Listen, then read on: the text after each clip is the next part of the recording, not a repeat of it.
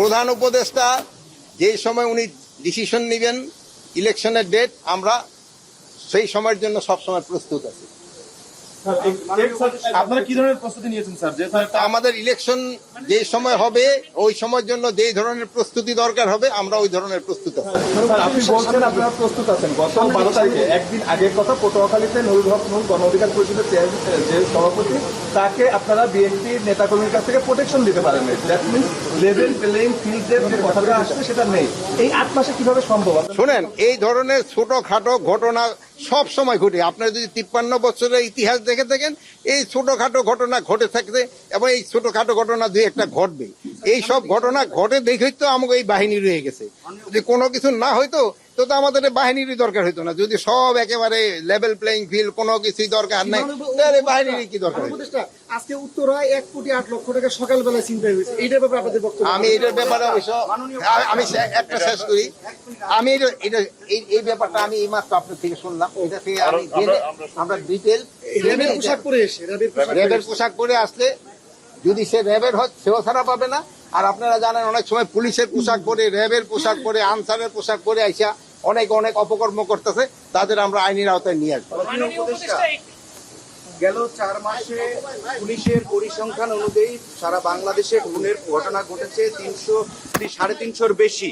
তো আপনি বলছেন যে গেল 10 মাসে আইন শৃঙ্খলা পরিস্থিতির উন্নতি হয়েছে। এই যে পুলিশের যে পরিসংখ্যানে খুনের ঘটনা বাড়ছে, সে ব্যাপারে আপনারা কি কি পদক্ষেপ? শোনেন, আইন শৃঙ্খলা পরিস্থিতি যে উন্নতি হয়েছে এটা আপনারাও বলছেন। এই যে দেখেন, এই যে আপনার ভাই, এই ভাই, এই আপনি তাকান, এই যে উনিও রাজি, উন্নতি হয়েছে। এখন যে আপনার যে পরিসংখ্যান, এটা তো ঘটছে, এটাতে আমরা যতটা কমে আনা যায় আমরা চেষ্টা করতেছি। এই ক্ষেত্রে আপনাদের একটু বড় ধরনের একটা রোল রয়ে গেছে। আপনারা লোকজনদের কিন্তু সচেতন করতে হবে। আপনারা যদি আপনারা কিন্তু সমাজের এমন একটা শ্রেণীতে বাস করতেছেন যেখানে আপনাদের কথা সবচেয়ে বেশি শোনে। আপনারা লোকজনদের সচেতন করবেন এবং আপনারা যদি পজিটিভ নিউজ করতে থাকেন, এইটা হবে। আপনারা দুইটা জিনিসের উপরে আমি আপনাকে অনুরোধ করবো সবসময় দিবেন। একটা হলো দুর্নীতি কিভাবে কমায় আনানো যায়, আর 2 নাম্বার মাদক আমাদের থেকে কমে আনানো যায়। এই মাদক কিন্তু আমাদের একটা সমাজটাকে গ্রাস করে নিচ্ছে। এই জন্য আপনাদের চেষ্টা করতে, আমি এই জন্য আপনাদের অনুরোধ করব, আপনারা এই ব্যাপারে লিখেন এবং লোকজনদের সচেতন করেন, এবং দুর্নীতি রেজিস্টার আপনারা লিখেন এবং লোকজনদের সচেতন করেন। যদি আপনারা আমাদের ক্ষেত্রে, আমি হোক বা আমার আইন হিসাব হোক, আমাদের ক্ষেত্রে যদি কোনো দুর্নীতি পান আপনারা লিখেন, আমাদের কোনো আপত্তি নেই। আপনারা লিখেন, আমরা নিজেরা দুর্নীতি করি, আপনারা লিখেন।